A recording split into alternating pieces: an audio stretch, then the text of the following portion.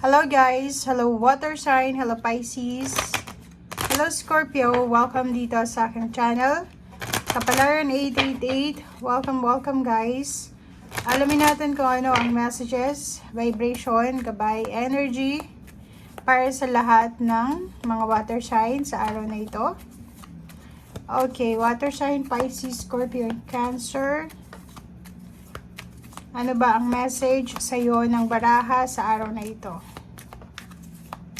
Please like, share, and subscribe guys. And by the way, kung hindi mo pa napanood yung general reading ng 2024, nasa playlist natin, nasa video, pakihanap na lang. Okay, pakiscroll. Water sign, Pisces, Scorpio, and Cancer. So sa araw na ito, it's number 5, number 23, number 7. So, posibleng isang importanteng mensahe ang marireceive mo sa araw na ito or matatanggap mo. So, posibleng ang mensaheng ito is tungkol sa resulta ng case mo, kung may court case ka. Or pwedeng ang message na ito is documents. Pwede din siyang visa, pwede din siyang kung nag-aasikaso ka ng mga government papers, documents like passport, NBI, or gano'n. So, dito sinasabi ng baraha na posibleng makakakuha ka or makaka-receive ka today ng confirmation, especially yung iba sa inyo dyan na naghihintay ng confirmation. Yung iba din sa inyo dito, kasi may court case dito, is pwedeng kayo ay makatanggap ng invitation. It's invitation letter from someone na ikakasal. Pwedeng ikaw ay gusto nilang gawin na ninang, abay, ninong, abay, parang ganun. So, hindi lang letter, communication siya. So, pwedeng makatanggap ka ng isang tawag or call, di ba? Tawag or call. And nakikita mo tong courthouse na to, parang messenger lang siya. So, ang message na ito ay pwedeng makuha mo from someone na hindi naman talaga siya involved dito. Siya lang yung taga-send ng message. Siya lang yung taga-inform sa'yo ng message. Okay. Water sign, Pisces, Scorpio, and Cancer.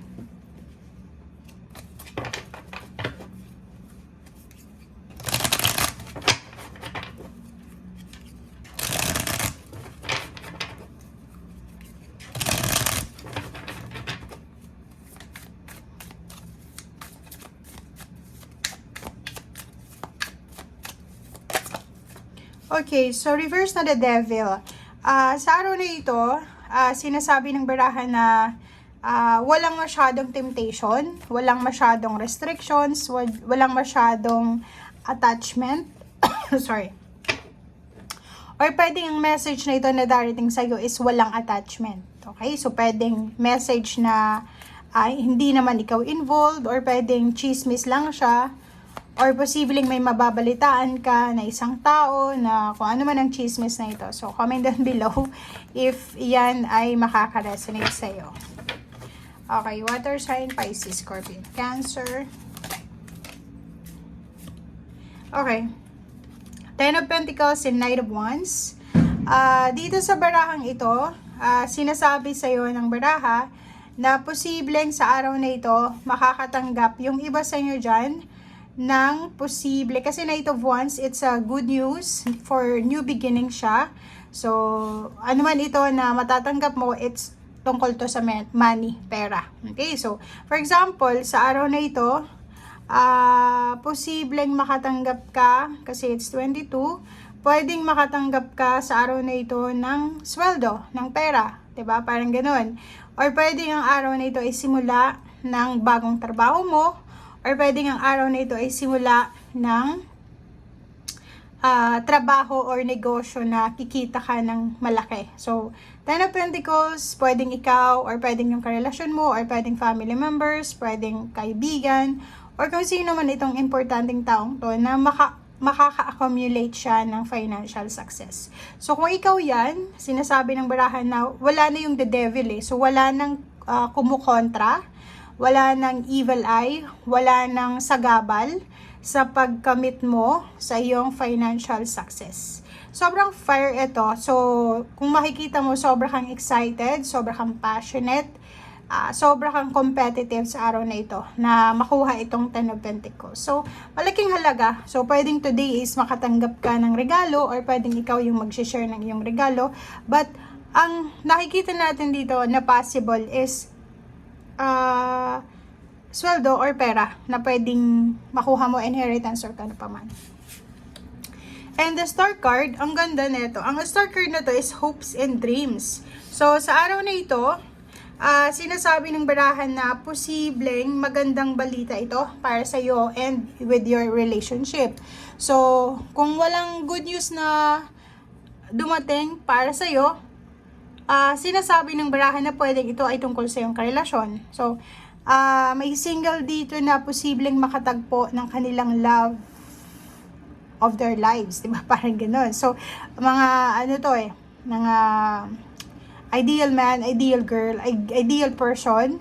So, parang nakikita natin na if ever na may mag-asawa dito na hindi masyadong nagkakaayos sa mga issues sa buhay, sinasabi ng baraha sa'yo dito na posibleng sa araw na ito ay magkaayos kayo or magkaroon kayo ng understanding sa bawat isa. Okay, so etong the lovers to is pwedeng single ka, searching ka for new relationship or searching ka for new beginnings or pwedeng renewal ng relationship. So, pwedeng makuha mo siya sa araw na ito.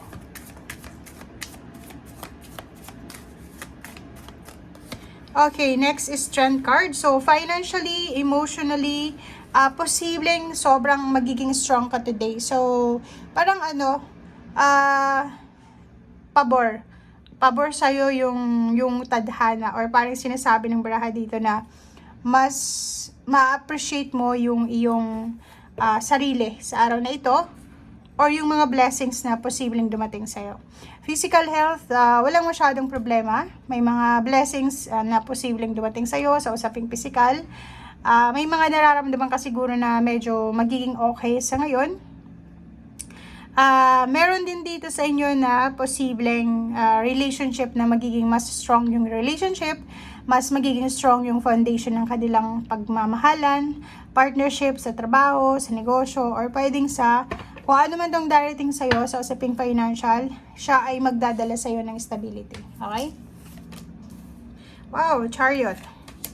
So, makikita mo dito, victory and success. So, water sign, sinasabi ng baraha mo dito na punong-puno ng tagumpay ang araw na ito. Okay? So, kung ano man ito nasisimulan mo today or kung ano man itong matatanggap mo, magkano man ito, sinasabi ng barahan na kailangan mo daw guys na ganunin ito. Okay? Hawakan mong mabuti, save mo, huwag mong waldasin. Parang ganon. So, etong Ten of Pentacles, pwedeng tens ito na money, di ba? Pwedeng 1,000, 10,000, 100,000, 1 million, or kung ilang zeros ito, na pwedeng dumating sa'yo today. So, kung magkano daw ito, syempre, hindi mo naman may iwasan na gumastos. Make sure na may itira ka para sa improvement ng buhay mo. May baby dito parang sinasabi na itira mo yung, or wag mong kakalimutan na mag-save para sa iyong anak, sa iyong pamangkin, kung wala ka namang asawa, walang anak, sa mga babies or sa mga maliliit na individual sa buhay mo. Okay? Okay, and kung makikita mo dito, magiging sobrang strong yung iyong financial, lalo na sa savings. Parang sinasabi ng baraha, December pa lang ngayon, hindi pa 2024, para sinasabi na sobrang magiging prosperous, abundant yung 2024 mo.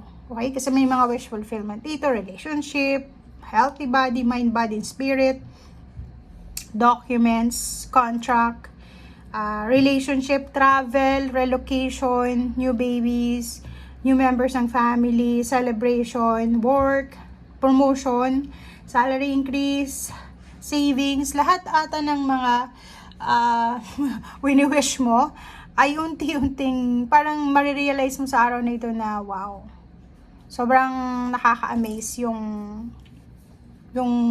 biyaya na ibinibigay sa'yo ng Panginoon. Okay? Thank you guys. See you again. Bye!